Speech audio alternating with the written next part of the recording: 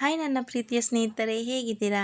ಇವತ್ತು ಆಲೂಗಡ್ಡೆ ಮತ್ತು ಈರುಳ್ಳಿ ಹಾಕಿ ಪಕೋಡ ಮಾಡೋದು ಹೇಗೆ ಅಂತ ನೋಡೋಣ ಬನ್ನಿ.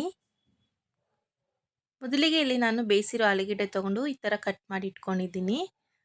ಕ್ಯಾಪ್ಸಿಕಮ್ ಹಾಕ್ತಾಯಿದ್ದೀನಿ, ಈರುಳ್ಳಿ ಹಾಕ್ತಾಯಿದ್ದೀನಿ, ಕರ್ಬೇವಿನ ಸೊಪ್ಪು ಹಾಕ್ತಾಯಿದ್ದೀನಿ, ಕೊತ್ತಂಬರಿ ಸೊಪ್ಪು ಹಾಕ್ತಾಯಿದ್ದೀನಿ, ಕಡಲೆ ಹಿಟ್ಟು ಹಾಕ್ತಾಯಿದ್ದೀನಿ, ಅಕ್ಕಿ ಹಿಟ್ಟು ಒಂದೆರಡು ಸ್ಪೂನ್ ಹಾಕ್ಕೋತಾ ಇದ್ದೀನಿ, ಹಸಿಮೆಣಸಿನಕಾಯಿ ಹಾಕ್ತಾಯಿದ್ದೀನಿ, ಖಾರದ ಪುಡಿ ಹಾಕ್ತಾಯಿದ್ದೀನಿ, ರುಚಿಗೆ ತಕ್ಕಷ್ಟು ಉಪ್ಪು ಹಾಕ್ತಾಯಿದ್ದೀನಿ. ಎಲ್ಲ ಹಾಕ್ಬಿಟ್ಟು ಒಂದ್ಸಲ ಈ ಥರ ಮಿಕ್ಸ್ ಮಾಡ್ಕೊಳ್ಳೋಣ.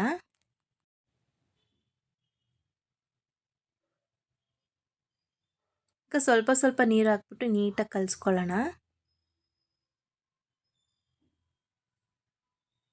ನೋಡಿ, ನಾನು ಈ ಥರ ಕಲಸಿಟ್ಕೊಂಡಿದ್ದೀನಿ.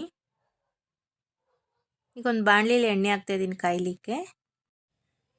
ಎಣ್ಣೆ ಚೆನ್ನಾಗಿ ಕಾದಿದೆ. ಈಗ ಒಂದೊಂದಾಗಿ ಈ ಥರ ಹಾಕ್ಕೊಳ್ಳೋಣ. ಆದಷ್ಟು ಎಣ್ಣೆಲಿ ಮಾಡುವಾಗ ಕೈ ದೂರ ಇಟ್ಕೊಳ್ಳಿ ಮತ್ತು ಹುಷಾರಾಗಿ ಮಾಡಿ.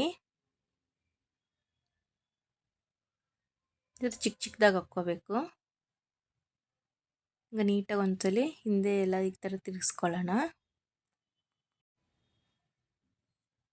ಇಷ್ಟು ಬ್ರೌನ್ ಆದರೆ ಸಾಕು. ಹೀಗೆಲ್ಲ ನೀಟಾಗಿ ತಕ್ಕೊಳ್ಳೋಣ.